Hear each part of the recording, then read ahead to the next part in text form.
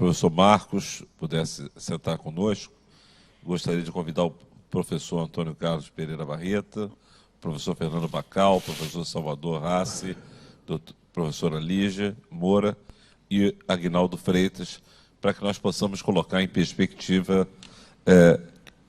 essas duas apresentações. Primeiro, eu vou pedir ao professor Pereira Barreto para que pudesse estar fazendo seus comentários tá uma delícia. em relação a essas apresentações. Tá bom, tá. Mas elogio em público. Primeiro, agradecer o amável convite do Marcelo para estar aqui com vocês, discutindo insuficiência cardíaca. Bom, qual comentário, né, em relação a esse... eu acho que foi muito bem apresentado. A gente teve, nos últimos anos, a apresentação de uma droga que é diferente das outras e que é superior àquelas que a gente vinha usando normalmente. Portanto, eu tenho que usar no tratamento de uma doença maligna como é a insuficiência cardíaca. E as apresentações mostram que no crônico o Paradigm mostrou esse benefício e o Marcelo nos mostra que eu não preciso esperar o paciente estar no ambulatório para fazer isso, que eu posso iniciar essa medicação com o paciente internado e obedecendo os cuidados. Ela é muito fácil de ser usada, apesar dos efeitos. A gente está sempre preocupado. Quanto mais a gente usa, mais a gente vê que não é difícil usá-la. Professor Rassi, e o uso do sacubitril valsartano, o senhor tem alguma experiência? Quais suas orientações que o senhor pode passar para nós? O nosso centro em Goiânia, ele utilizou, nós tivemos um número expressivo de pacientes que foram participar do estudo Paradigm e a maior parte desses pacientes também eram pacientes chagásicos. Vários outros centros também no Brasil tiveram essa casuística. Recentemente, o Edmar Bock, em São Paulo, fez um levantamento dos pacientes chagásicos que participaram desse estudo e juntamos as casuísticas, a gente conseguiu abrir com relação à etiologia, obviamente com o consentimento dos responsáveis pelo estudo, e na realidade o que se encontrou nos pacientes chagásicos era exatamente o que se encontrou nos pacientes não chagásicos. Portanto, o grupo de pacientes chagásicos com insuficiência cardíaca se beneficia da mesma maneira que os pacientes não chagásicos. Isso, obviamente, é análise de subgrupo, não é uma análise específica para isso, porque o número de pacientes chagásicos era muito pequeno. Mas é uma análise de subgrupo, da mesma maneira que no Paradigm foi feita a análise com relação a diabetes, presença de diabetes e não diabetes. Também ele mostrou que existia a mesma coisa, como se faz com análise de subgrupo. Está sendo planejado um estudo agora atual, na qual vão se incluir apenas pacientes chagásicos com essa medicação. Então, vai ser um estudo específico numa população de pacientes com insuficiência cardíaca, na qual vai se utilizar o sacubitril valsartana versus o valsartana, da mesma maneira que foi feito o Paradigm, para poder dar essa resposta. Mas, a princípio, não há por que eu imaginar que seja diferente. Muito obrigado. Professora Lídia, a senhora teve a honra de fazer um pós-doutoramento no grupo em Boston, né? E o grupo de Harvard, o professor Brownell, né, e uma série de colaboradores, a doutora Liz Stevenson, estudaram muito essa droga, inclusive em condições de exercício. Eu gostaria de saber de você o que você aprendeu em Boston sobre o uso atual e as perspectivas futuras. Eu diria que essa é uma pergunta desafiadora, porque a implementação do sacubitril nos Estados Unidos ela está sendo mais lenta do que no Brasil. Então, é muito interessante porque nós temos aqui no Brasil talvez uma das maiores experiências nesse momento com o uso da droga. Isso tem uma explicação muito simples. O nosso custo da droga aqui é bem mais baixo É um custo de $30 e lá o custo é bem mais elevado, mesmo com coparticipação. Então, assim, o uso clínico deles, ele realmente é muito bem ponderado pela questão do custo lá. Mas, efetivamente, é a droga de resgate, é a droga que o paciente está assintomático, eles iniciam, sem dúvida nenhuma, sem medo nenhum, sem pudor nenhum em relação a isso. E o estudo que eles estavam conduzindo era um estudo com CardioMEMS, na verdade.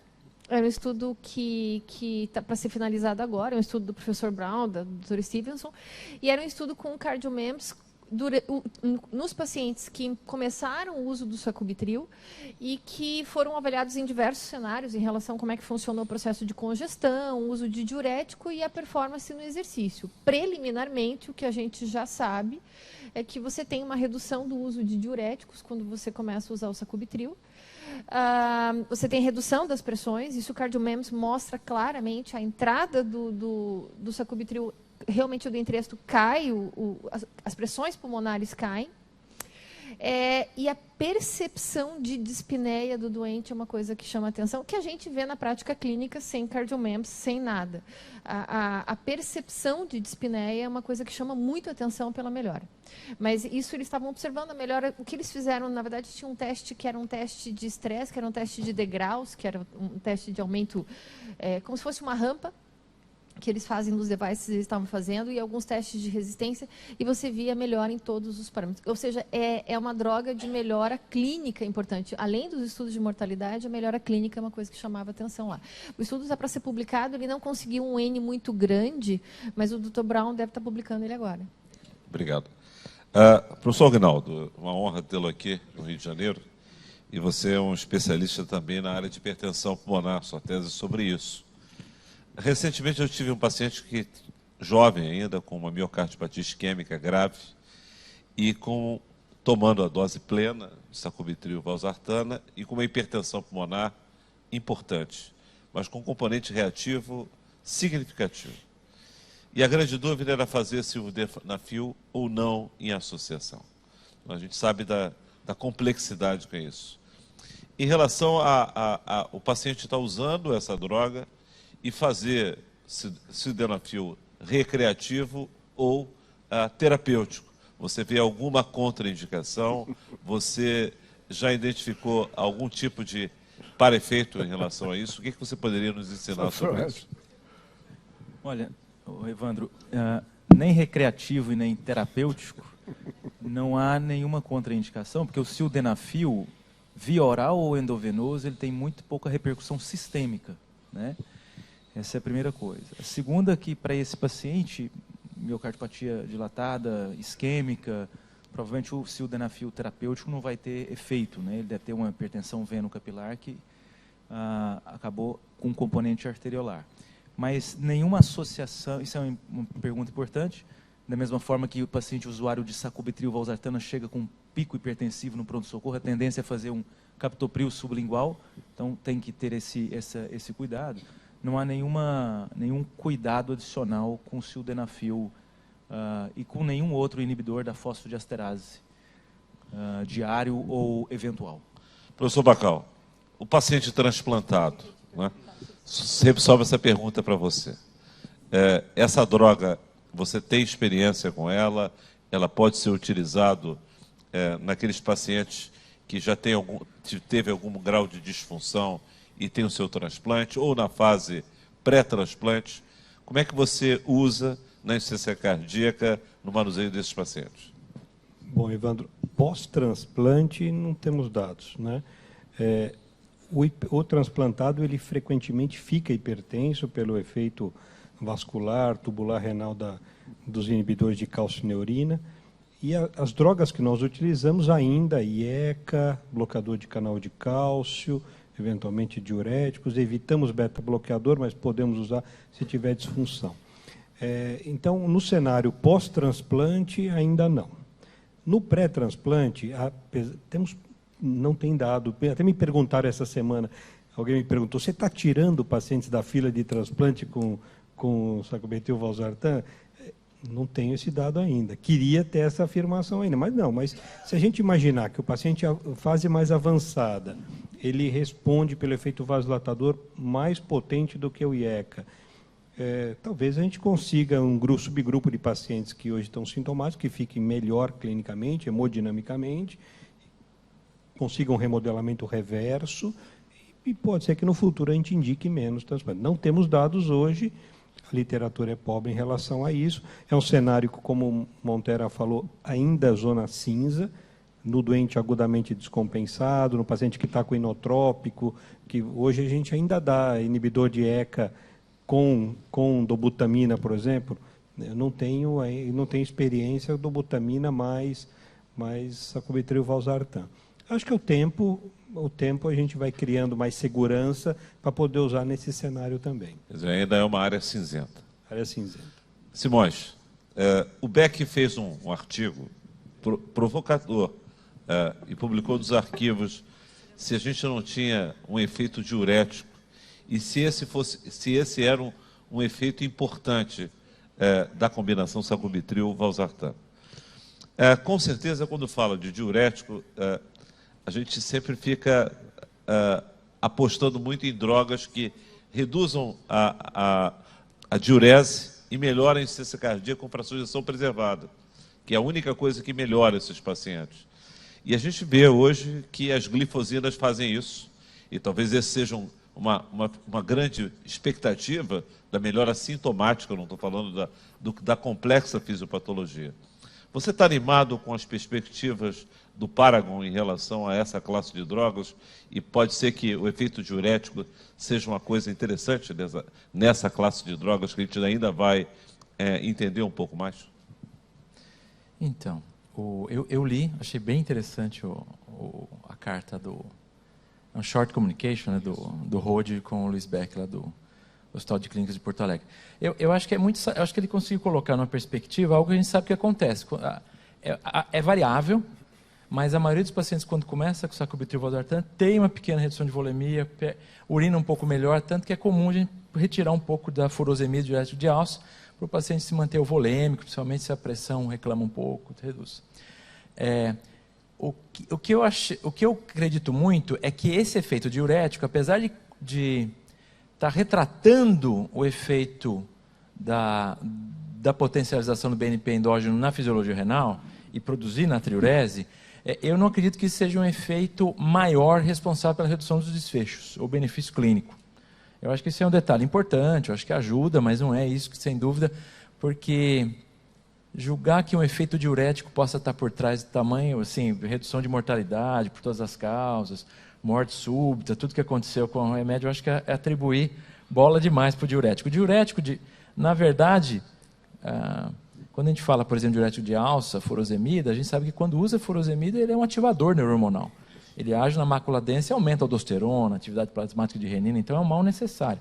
A gente usa, mas mesmo sabendo que é um remédio que na fisiopatologia da IC, ele não tem efeito benéfico para retardar a progressão da doença. Agora, na ICFEP, eu fico entre dois extremos, Evandro, é o seguinte, porque a ICFEP, a gente sabe que o paciente não vai bem se ele ficar mais hipotenso. Esses pacientes não vão bem se eles ficam com pressão sistólica muito reduzida. Ao contrário da ICFER, que a gente, quando reduz a PA, a gente sabe que é um efeito clínico desejado de vasodilatação, melhora débito, melhora a perfusão de órgãos. Na ICFEP não é bem assim. Então, eu sinceramente, eu sou um pouco... Eu ainda estou pagando para ver, eu vou aguardar o resultado do estudo, porque como o sacubitril/valsartan é mais hipotensor do que a valsartan isoladamente, eu não sei se esse efeito hipotensor vai solapar ou vai contaminar o resultado clínico e diminuir um pouco o benefício da droga. Eu assisti a apresentação do Montera e eu fiquei numa dúvida, né, se ele usa ou não o sacubitril/valsartan nos pacientes internados. Mas antes de o Montera falar, eu queria ouvir aqui da mesa se ele hoje já estão usando na prática clínica, quando interna um paciente com insuficiência cardíaca com fração de ejeção preservada, ou com disfunção sistólica, se o paciente vinha tomando, eles tiram, ou se não estava tomando, eles já começam. Pereira, como é que tem sido a sua prática clínica? Depois o Haas. Eu sempre, quando me fazem essa pergunta, eu lembro, poxa, eu tenho um remédio que é melhor do que o outro.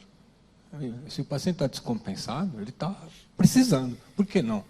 Então eu troco, não tenho dúvida. E se for virgem de tratamento, por que eu vou começar com um remédio de segunda linha se eu tenho um de primeira, certo? Então, claro, como foi comentado em algumas situações aí, bom, eu também tenho que considerar o fator econômico. Mas, tirando o fator econômico, se o meu paciente tem isso, ele está tomando sacubitril valsartano. Eu vou na mesma linha do Pereira. Se o paciente, se tiver, obviamente, impedimento econômico, tem impedimento econômico, acabou. A estupenda maioria dos pacientes que eu medico para insuficiência cardíaca são pacientes de baixa renda, pacientes de hospital de clínicas, onde eu trabalho, e são todos pacientes do SUS.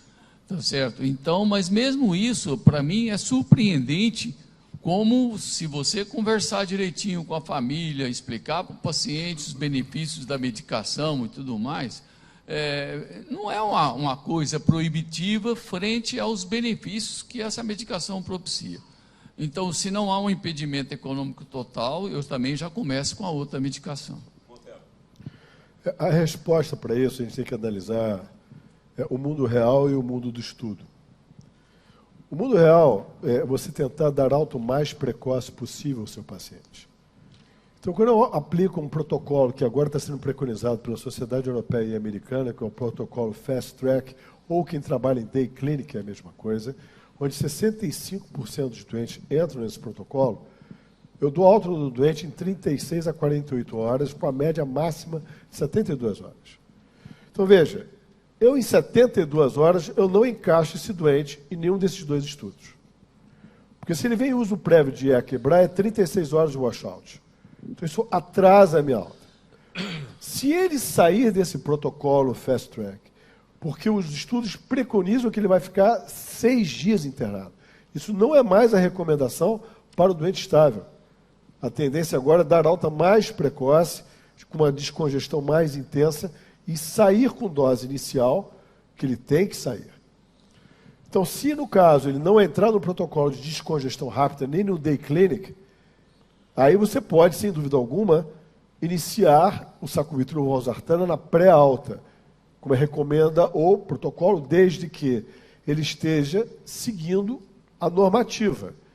6 horas sem variar a dose do último diurético, 24 horas não tendo tomado inotrópico, não tendo uma pressão arterial sistólica abaixo de 110 nas últimas 6 horas, isso foi o transition, para poder você iniciar isso.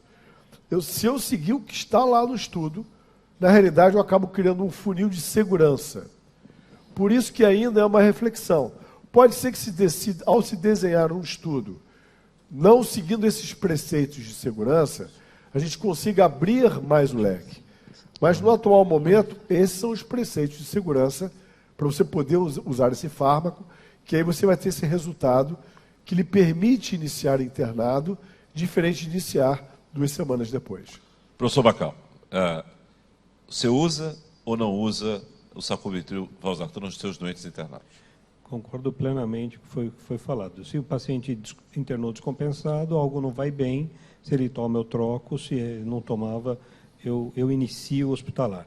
Lembrar que nos critérios, por exemplo, dos hospitais que têm Joint Commission, ainda é IECA que ainda está preconizado nos critérios, agora vai ser trocado, provavelmente, IECA ou sacubitril valsartano como critério de qualidade, que você justificava, por exemplo, o paciente que você não dá IECA, vai dar hidralazina nitrato pela função renal, agora provavelmente vai ser incorporado também IECA ou sacubitril valsartano nos critérios de qualidade de atendimento de IC. Lídia, o paciente fez hipotensão no seu consultório, né? Próxima consulta, 80 de pressão sistólica e está sintomático, né? Como existe a porção de doentes do Salvador, do Antônio Pereira Barreto, né? do Marcos, está com pressão de 80, 85, assintomático, e está lá tomando, né, a dose que você aumentou tem, sei lá, 2 semanas, e você ia até aumentar, sair de 50 para 100, e ele estava em 100 para 200 e ele estava com essa pressão. O que você faz? Você volta à dose anterior, diminui diurético, o que você efetivamente faz? Assintomático. Assintomático. Até tá assintomático, você já respondeu para mim. Está assintomático, ele está assintomático. 80 como sistólica, se ele tiver assintomático, se ele não tem piora de função renal por essa hipotensão, tudo mais, isso não me preocupa. Na pior das hipóteses, se eu tivesse que fazer alguma medida, não seria mexer no sacubitril, e sim talvez algum ajuste do diurético, para ver se com isso eu consigo reduzir um pouco, talvez da hipotensão postural, mas nem isso ele tem. Então, meu único cuidado seria, pressão está tão baixa, talvez dar uma olhada nesse rim, para ver se eu não tenho aí no meio disso, com essa hipotensão, uma disfunção renal também, mas caso contrário. Aguinaldo, a última colocação, para a gente depois ter o fechamento, as considerações finais. Aguinaldo, função renal.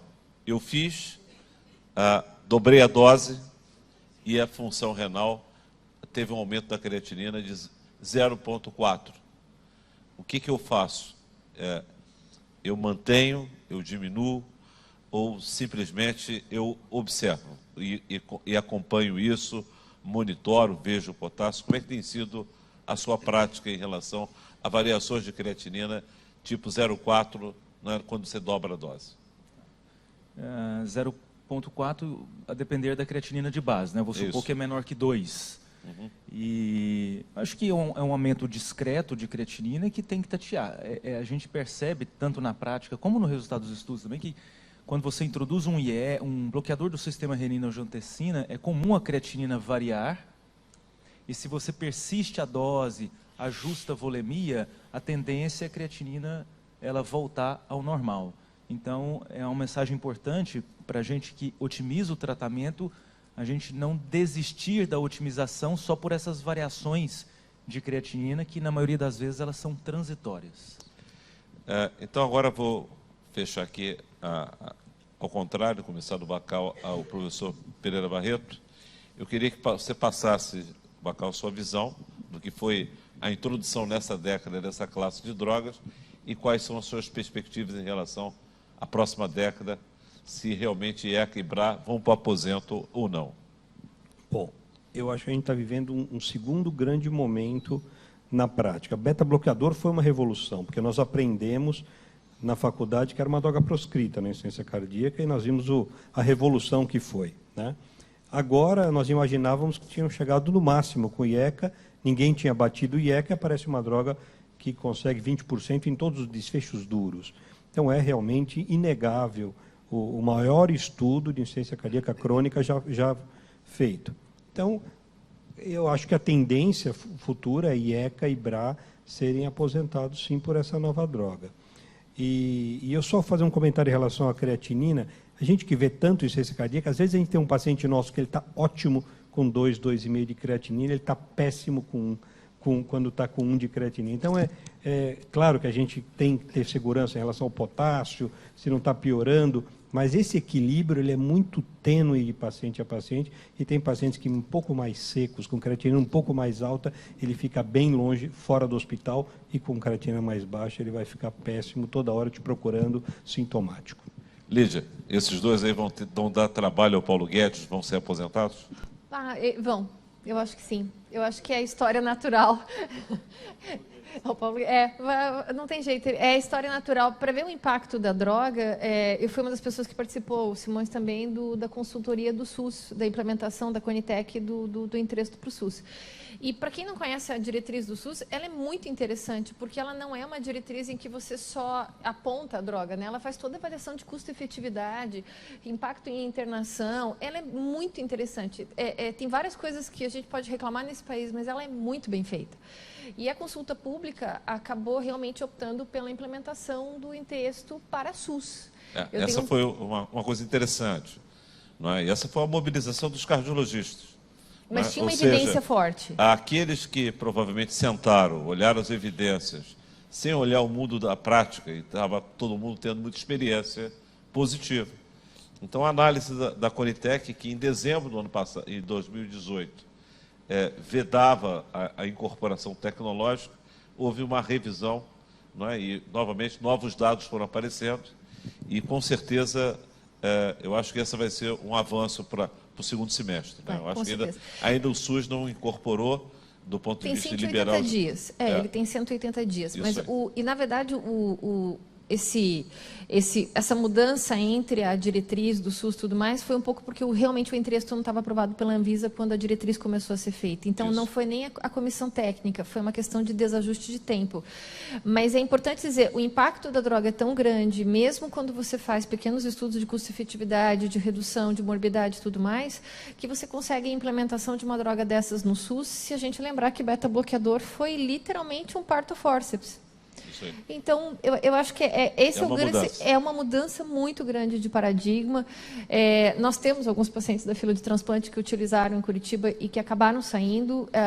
Tem uma chuva de pequenos papers publicados já com remodelamento reverso.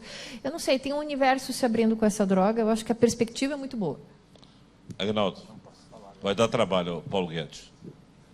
Está aposentando tardiamente, está certo, está no tempo. Tá bom. Eu acho que essa preocupação é a mesma dos novos anticoagulantes, quando eles foram lançados, né? A resistência da varfarina, mas depois provou-se que em diversos espectros, os novos, hoje chamados de DOACs, eles são superiores. Não acho que veio para ficar mesmo. Marcos, a sua visão também é por aí. Acho que sim. Já dá 30 anos de contribuição, né? Foi 87 o consensus, né? Eu acho que a droga é boa, acho que ela é superior, eu acho que a gente... Lógico, o clínico, de maneira geral, tem que pegar a mão, aprender a usar, mas eu acho que nos diferentes cenários é uma droga que traz benefício assim, bem evidente para o paciente. Vou deixar o Monteiro para fechamento.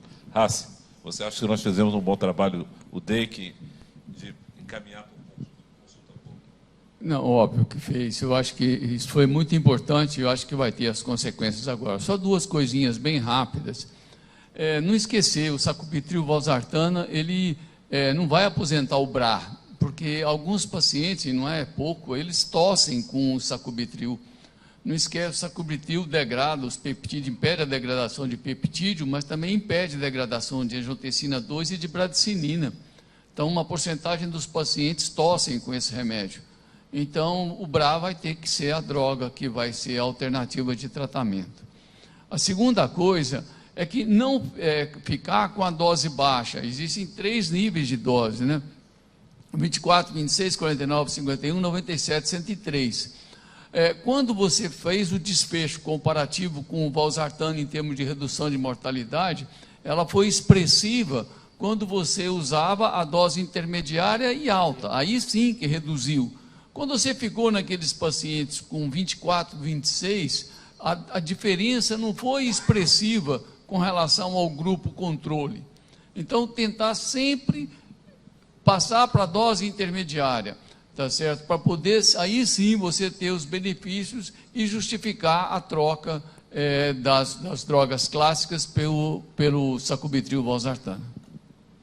Professor Pereira, quais são as dúvidas que as pessoas normalmente perguntam para o senhor e que o senhor poderia trazer alguma coisa a mais para a gente aqui? Sim, a dúvida é, como toda droga nova, é o aspecto de tolerabilidade e como fazer a troca. Se pode ficar 36 horas sem o enalapril, que eu acho que são as dúvidas maiores que a gente tem.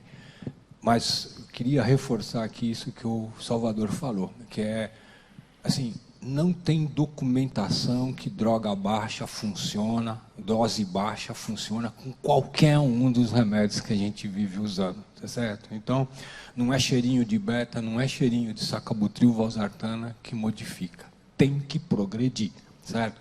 E o slide que o Marcos mostrou é muito bom, é um dos que eu tenho usado. Quando você vê remodelação, quer dizer, o sacubitril trouxe uma vantagem para a gente. Ele está melhor que o IECA. Ele faz o paciente diminuir o diâmetro ventricular e melhorar a fração de ejeção. 24, 26 não mudou o remodelamento, só mudou com 49, 51 e 97, 103. Mas a melhora de fração de ejeção foi muito maior com 97, 103. Então, eu acho que assim, tem que progredir, porque senão eu não vou obter esse resultado, como o Salvador bem demonstrou quando fez a análise das doses dadas. Marcelo, foi uma das, seguramente, que eu mais aprendi sobre sacubitril valsartana nessa mesa. E gostaria que você pudesse estar fechando e passando para a gente qual foi o seu aprendizado nessa década, dessa chegada dessa droga? A primeira coisa a lembrar que não espere o seu doente chegar numa dose máxima de tratamento no sentido da palavra. Porque aí sim ele não vai suportar o novo fármaco. Ou seja, não dê 4 comprimidos de Lasix, 250 de apresolina, ou 100 de losartana, e o cara ressincronizou, para depois você indicar esse fármaco. Quando o seu paciente começa a entrar numa curva de piora, já sinalizou e já é o momento para trazer um fármaco, como o professor Pereira colocou, que tem resultados melhores. Se você limita aí, quando você introduzir esse fármaco, tomando 4 Lasix por dia, você não vai sair da dose inicial. Então é melhor você ficar usando a losartana, ou usando o enalapril em dose maximizada, do que você migrar para uma dose mínima do outro, que não vai trazer o que você deseja e que você quer trazer para o seu doente. Então essa é a primeira mensagem. Não é um fármaco lazarento. Ele internou, já está provado, aumentou a mortalidade, já merece pensar em mudar o medicamento. Ele está precisando aumentar o fármaco, ou está tendo dispneia com o que você está fazendo, não insista em dar mais diurético, se ele segue a dieta. Porque diurético não aumenta sobrevida. Faça essa reflexão. Utilize o fármaco com menos... É a mesma coisa no beta-bloqueador. A grande dificuldade do beta-bloqueador lá atrás era excesso de diurético. Porque se dava beta lá atrás para o paciente grave e era um grande limitador.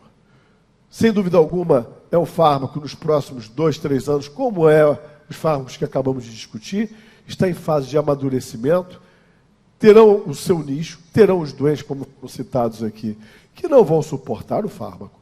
E vamos continuar tratando com o que nós temos no armamentário terapêutico.